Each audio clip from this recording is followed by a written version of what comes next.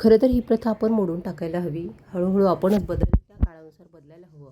भेटवस्तू कपाटात पडून राहतात, पण योग्य वेळी केलेली आर्थिक मदत आयुष्यभर लक्षात राहते. लग्न असो, मुंज, बारसं, डोहाळे जेवण अशा कार्यक्रमामध्ये आपण प्रेमाने कपडे घेतो, साड्या, शॉल, टॉवेल भेट देतो.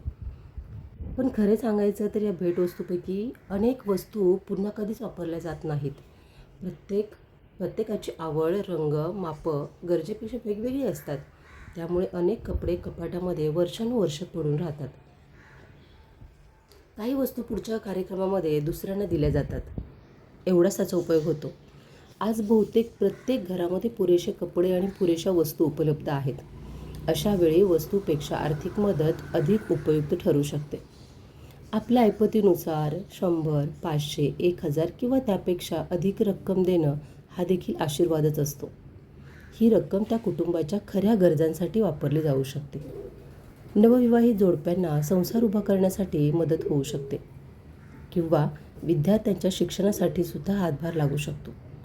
एखाद्याच्या शाळा किंवा कॉलेजेसची फीची चिंता कमी होऊ शकते. एखाद्या आजारी व्यक्तीला औषधोपचारासाठी मदत होऊ शकते. घरातील आवश्यक वस्तू घेण्यासाठी त्याचा उपयोग होऊ शकतो. अनावश्यक खर्च आणि अनावश्यक वस्तू देऊन कोणालाच उपयोग होत नाही. फक्त व्यापार वाढतो. कार्यक्रमामुळे झालेला आर्थिक भार काही प्रमाणात हलका होऊ शकतो. भेटवस्तूपेक्षा उपयोगी मदत मिळाली तर आनंद अधिक काळ टिकतो आणि समाजातील पैसा समाजातच फिरत राहील. अनेक कुटुंबांना आधार मिळू शकतो. व्यापाऱ्यांना मोठं करण्यापेक्षा आपल्याच लोकांना आपण मोठं केलेलं बरं. खरी भेट तीच असते जी समोरच्या गरजेच्या वेळी उपयोगी पडते. परंपरा जपताना काळानुसार विचारातही बदल करायला हवा. वस्तूऐवजी उपयोगी मदत देण्याची संस्कृती रुजली की अनेकांचे जीवन सुसह्य होऊ शकते. आशीर्वादामध्ये साडी, शॉल किंवा टॉवेल नसतो. तो आपली सद्भावनेत आणि मदतीचा हातच असतो.